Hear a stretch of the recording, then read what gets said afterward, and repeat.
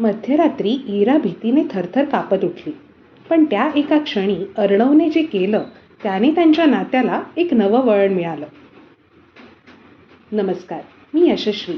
मनातले भावरंग या माझ्या यूट्यूब चॅनलवर तुमचे खूप खूप स्वागत. आज आपण डील ऑफ लव्ह या कथेचा 16वा भाग ऐकणार आहोत. इरा कूसबद्दल करत राहिली. खिडकीबाहेर पावसाची रिमझिम चालू होती. दुसरीकडे अर्णव सोफ्यावर पडला, पण डोळे मिटले तरी त्याचं मन शांत नव्हतं.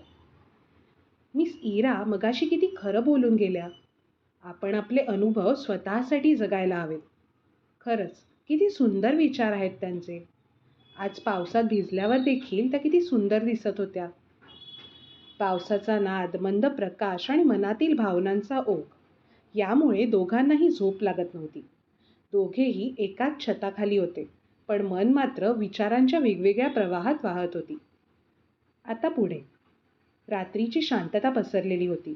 बाहेर पावसाची रिमझिम अजूनही सुरूच होती. खोलीत मंद पिवळसर नाईट लॅम्पचा प्रकाश पसरला होता. इरा बेडवर झोपलेली होती खरी, पण अस्वस्थ होती. दुसरीकडे अर्णव सर सोफ्यावर शांतपणे झोपलेले होते. मध्यरात्री साधारण 2 वाजत आले असतील. अचानक इरा दचकून उठली. तिच्या श्वासात कंप होता. डोळे मिटलेलेच होते, पण तिच्या मनात भीतीचं एक सावट होतं. तो आवाज, खिडकीकडचा, कोणी चालतंय का बाहेर, की कोणीतरी मला पाहतंय? हा विचार करून इराने तिच्या हातातील चादर घट्ट पकडली. पुन्हा एक आवाज आला, कदाचित फांदी हलवण्याचा, पण इराला तो वेगळाच भासला. तिचा घाबरलेला थरथरता स्वर बाहेर आला. अर्णव सर. सोफ्यावर पडून डोळे बंद असलेले अर्णव सर तिच्या त्या किनाऱ्या आवाजाने लगेचच सावध झाले. ते उठून बसले आणि त्यांनी सोफ्यावर बसूनच इराला विचारले, काय झालं मिस इरा? कशासाठी एवढ्या घाबरल्या आहात? इरा अर्धवेळ झोपेत पण भीतीने थरथरत म्हणाली, सर, बाहेर आवाज, कुणी चालतंय असं वाटतंय, पण मला भीती वाटतेय. अर्णव शांतपणे हसून म्हणाले, अहो काही नाही आहे बाहेर. हा पावसातला वारा आहे. फांद्या हलतायत. तुम्ही घाबरू नका. ते बेडजवळ आले. इराची भीती काही केल्या कमी होत नव्हती. तिने डोळे उघडले तेव्हा त्यात भीती स्पष्ट दिसत होती. अर्णव तिला धीर देत म्हणाले, ऐका, मी इथेच आहे तुमच्या खोलीत. काही झालं तरी मी पहिल्या सेकंदाला तुमच्या बाजूला असेल. तुम्हाला काहीही होऊ देणार नाही. इरा खोल श्वास घेते. अर्णवच्या बोलण्यानंतर देखील तिची भीती थोडीफार राहिलेली असतेच. ती घाबरत घाबरतच म्हणते, सर, मला पुन्हा झोप येईल का? माहीत नाही. येईल, अर्णव शांत आवाजात म्हणाला. तुम्ही डोळे मिटा बरं. मी इथेच आहे आणि तुम्ही या खोलीत एकट्या नाही आहात, एवढे लक्षात ठेवा. इरा, थँक्यू सर, आणि सॉरी, पण माझ्यामुळे तुम्हाला उगीचच त्रास सहन करावा लागतोय. अर्णव, त्रास वगैरे असं मुळीच नाही. तुम्ही असे काहीच मनात आणू नका. झोपा शांतपणे. मी आहे इथेच. अर्णवने त्याच्या नकळतपणे तिच्या मनात सुरक्षिततेची ऊब तयार केली. काही मिनिटातच इराचा श्वास शांत झाला. तिची भीती विरते आणि ती पुन्हा झोपून जाते. अर्णव काही क्षण तिच्याकडे पाहत राहतो. तिच्या चेहऱ्यावर शांतता पसरलेली पाहून हलके स्मित करतो. तिला शांत झोप लागलेली पाहून नंतर तोच सोफ्यावर जाऊन पडतो. अर्धा तास तरी त्याला झोप लागत नाही. इराला परत जाग आली तर या विचाराने तो जागा असतो. थोड्या वेळाने त्याचा पण डोळा लागून जातो. रात्रभर पडलेला मंद पाऊस आता थांबला होता. खिडकीबाहेर हलकासा उजेड पसरत होता. फार्म हाऊसच्या सभोवतालचा निसर्ग नुकताच जागा होत होता. झाडावरून थेंब खाली पडत होते आणि घनदाट ढगांमधून सूर्यकिरण अलगद डोकावण्याचा प्रयत्न करत होते. अर्णवची झोप हळूहळू तुटली. त्याने डोळे उघडले आणि क्षणभर छताकडे पाहत कालची रात्र आठवू लागला. इराला वाटत असलेली भीती, तिचा तो थरथरणारा आवाज आणि त्याच्या बोलण्यामुळे तिला मिळालेला दिलासा, ते सगळं आठवून त्याच्या ओठांवर हलकंसं स्मित उमटलं. मग तो उठून बसला, शरीर ताणलं आणि सहजच त्याची नजर बेडकडे गेली. इरा अजूनही गाढ झोपली होती, पण अर्णवचे लक्ष तिच्या चेहऱ्याकडे गेल्यावर त्याला लक्षात आले की तिचा चेहरा थोडासा फिकट दिसत आहे. तो हळूच उठून तिच्याजवळ गेला. इरा शांतपणे झोपलेली होती. ही अजून झोपलेली कशी आहे? काल तर माझ्या आधी उठली होती. तो स्वतःशीच पुटपुटला. त्याने पुढे होऊन सहजच तिच्या कपाळाला हात लावला, पण क्षणातच त्याचा चेहरा गंभीर झाला. ताप आलेला इराला. तिचं अंग खूप गरम लागत होतं. ओ माय गॉड मिस इरा, तो हळू आवाजात म्हणाला, पण त्याच्या आवाजात तिच्याबद्दल असलेली काळजी स्पष्ट जाणवत होती. त्याने तिला पुन्हा एकदा हाक मारली. मिस इरा, उठता येईल का थोडं? इराने हलकेसे डोळे उघडले.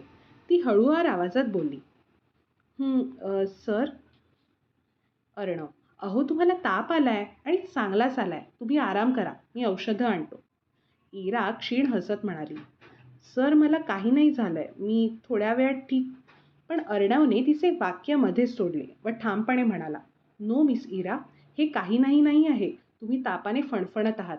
हट्ट करू नका. Please let me take care. इराला काही क्षण काहीच कळेनासं झालं. कोणता बॉस त्याच्या एम्प्लॉईला इतके सहन करतो? या विचाराने तिचा गळा भरून आला. तिने काही न बोलता फक्त मान हलवली. अर्णव लगेचच दुसऱ्या खोलीत गेला.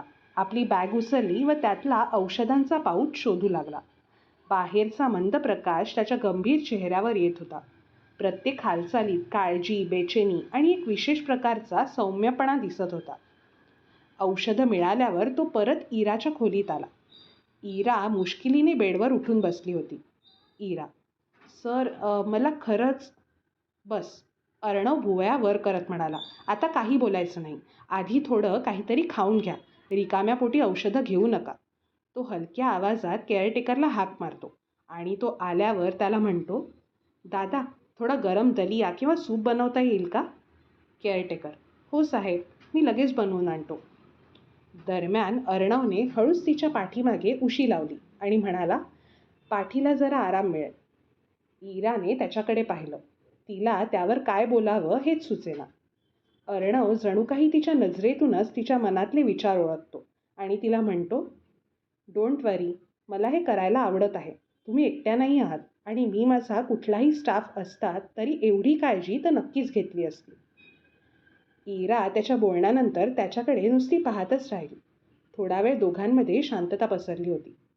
थोड्या वेळाने केअरटेकर वाफाळतं सूप घेऊन आला. अर्णवने ते हातात घेतलं. अर्णव, चला थोडंसं सूप घ्या. हे बोलताना अर्णवचा आवाज नरम, जणू एखाद्या लहान मुलाला काहीतरी खायला देतो असा होता. इराला ताप आल्याने सूप पिताना थोडा त्रास होत होता, हे त्याला स्पष्ट जाणवत होतं. अर्णव, हळू, घाई नको, गरम आहे. सूप संपल्यावर अर्णवने औषध तिच्या हातात दिलं आणि म्हणाला, हे घ्या औषध आणि मग आराम करा. इराने काहीही न बोलता ते औषध घेतलं आणि बेडवर झोपून डोळे मिटले. तापामुळे तिला अशक्तपणा आला होता. अर्णवने तिच्यावर नीट ब्लँकेट ओढून दिलं. खिडकी बंद केली. फॅनचा स्पीड थोडा कमी केला. पाण्याची बाटली तिच्या जवळ ठेवली. तो सगळं इतकं बारकाईने करत होता, जणू काही त्याला इराचा प्रत्येक त्रास जाणवत होता. खरंच, अर्णव इराची किती काळजी घेतोय. खऱ्या आयुष्यात ते एकत्र आले तर इरा किती नशीबवान असेल ना, की इतका काळजी घेणारा जोडीदार तिला लाभला म्हणून. आता इरा खरंच नशीबवान ठरेल की त्या दोघांचे नाते हे कुठल्या समज आणि गैरसमजाच्या चक्रात हरवून जाईल. काय होईल नक्की पुढे जाणून घेण्यासाठी कथेचा पुढचा भाग नक्की ऐका. तुमचीच यशस्वी.